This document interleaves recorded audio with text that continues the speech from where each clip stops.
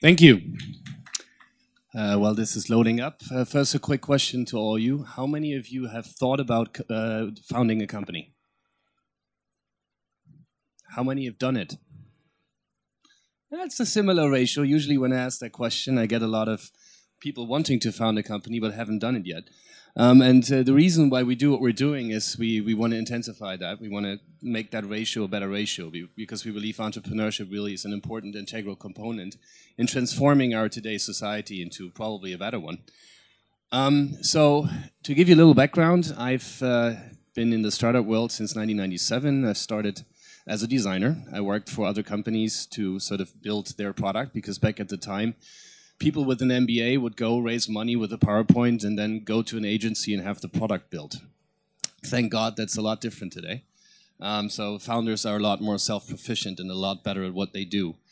And we've invested, me and my 3 partners that also built Factory, we've invested in 42 companies in the past 4 years in Berlin, only at seed and angel stage, so our sweet spot is between 50,000 euros and 250,000 euros of an investment. And we rarely do that alone, we always do that with others together, not only to share the risk, but also to validate and identify good potentials. And if you look at Berlin, Berlin is, at the center of a lot of stuff, but if you compare it to London, which I will do right now for a second in brief numbers, you realize that Berlin is at a very early stage, and probably that's also what it has in common with places like here, Naples, with other places in the world, and Europe specifically. So when we look at the 5 largest trade sales and exits in 2010, 2011 in Berlin, in Germany, it's €500,000 euros of cash generated. Why is that amount so important? So if you look at successful founders, or even better, if you look at the Silicon Valley and realize how it's been started with research and development budgets, mostly from the military, and at some point it generated so many large tech companies that it's self-proficient. It kind of works on its own.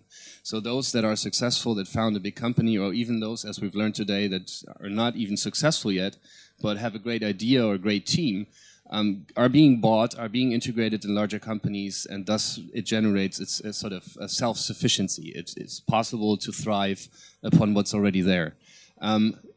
If founders are successful, additionally, they usually don't fly to the Cayman Islands and buy themselves a yacht, but they actually do reinvest into the companies in front of them and the talents that they've originated from, the scene they came from. If you look at the same time frame in London, it's 8 billion euros in exits and revenue. So that's 16 times the volume that we have in Berlin.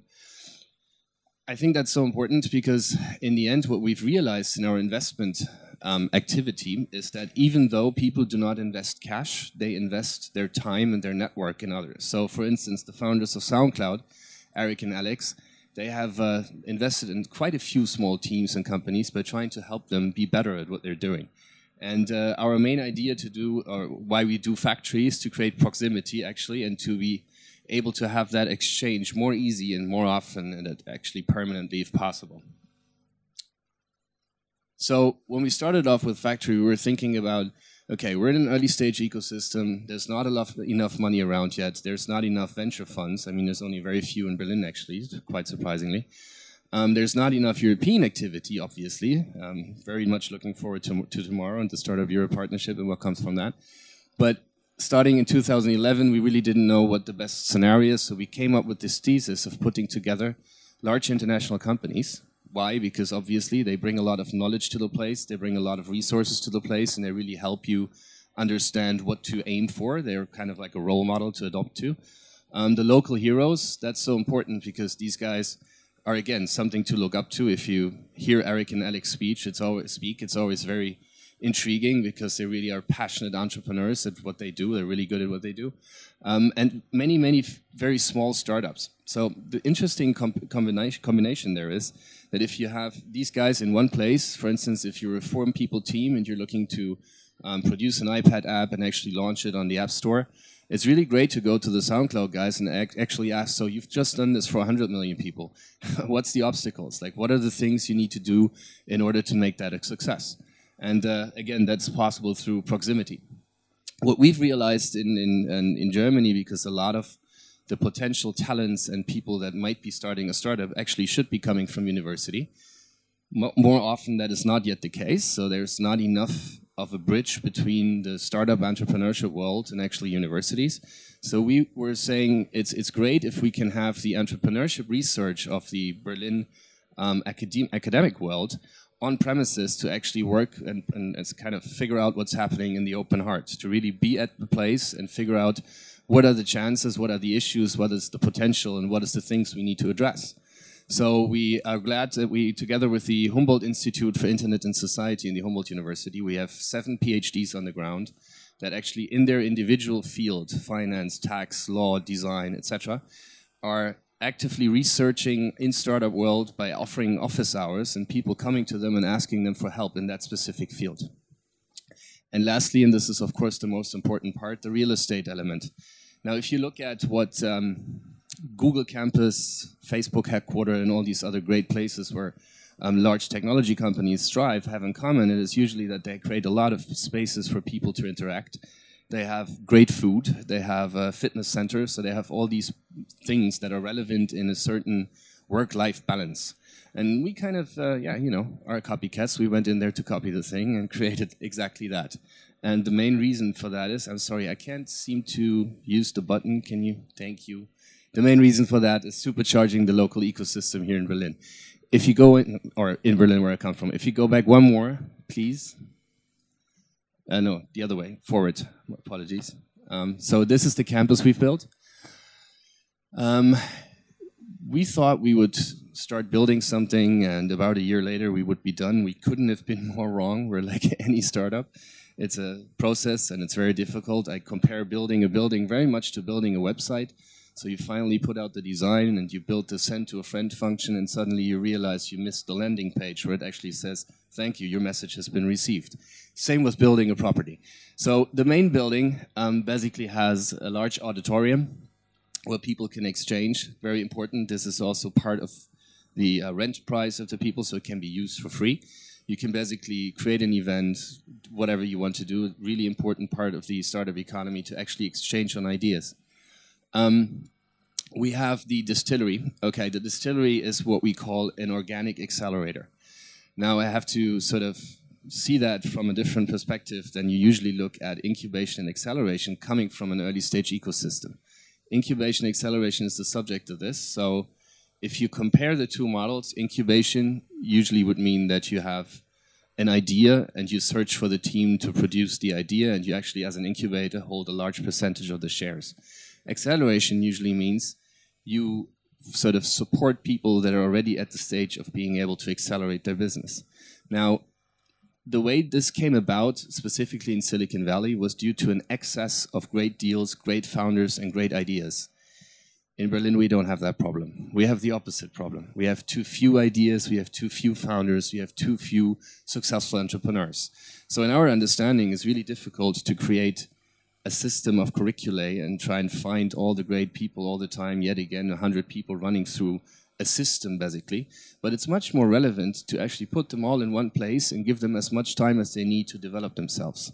This is what we call the distillery, and this is where we say creating proximity between like-minded but very different entrepreneurs and actually being capable of supporting that with ancillary research by universities and potentially finding out what those guys did wrong for the next ones to do it better is what we do at Distillery.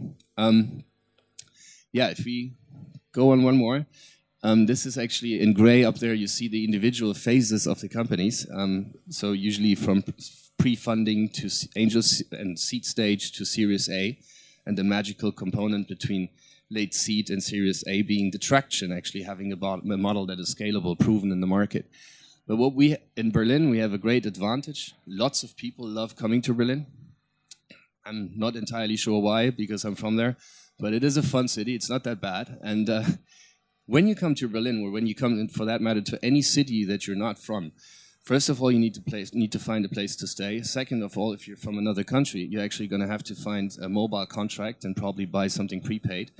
And there's a lot of obstacles that you have to actually coming to a city. So what we realized, and this is by demand, not by thinking about it, is it's great to have apartments on campus for those founders to actually come to Berlin, get to know the startup scene, get to know the founders that are working there, potentially in the events or in the restaurant or wherever else, and take it from there. So we kind of created, with the concept of residency, we created pre-funding before you're actually in a company. When you actually want to start to do something in the startup world, you have an easy way in. That was the idea of this. So we have 3 individual products for 3 phases. If you would click on the next one, the distillery, I just briefly explained that. An organic accelerator, very important. We don't take equity. We don't sort of put them in a curriculum and try and tell them what they do wrong. We try and understand while watching what they're doing, try to understand what they could be doing better and help teaching them that. And the last part, the factory, which is also, of course, the real estate element. We identified, again, for the 3 phases, 3 individual real estate elements. If you look at Angel Series and Series Seed, you only need to rent desks. You only will need them for a year's time maximum, probably just 6 months. If you're close to traction, you have about 200 square meters that you need, so 12 to 15 people. And then when you finally reach that magic line of traction and you're actually made to get there, you can finally build your own 1,000 square meter office like SoundCloud and many others are doing. We're very glad that we have a lot of great tenants. For instance, just last week we signed Twitter to be a part of Factory. I'm now working on Pinterest. I hope they make it to come to Factory as well. So we have a lot of international companies, and as we've talked about today, or has been talked about here today, how important it is to have these companies there to look at targets, to potentially buy them, to identify what the potentials are, and also for those companies that work at Factory to look up to them and realize what they need to be doing to get to their level and actually work in a similar realm and be as good as they are.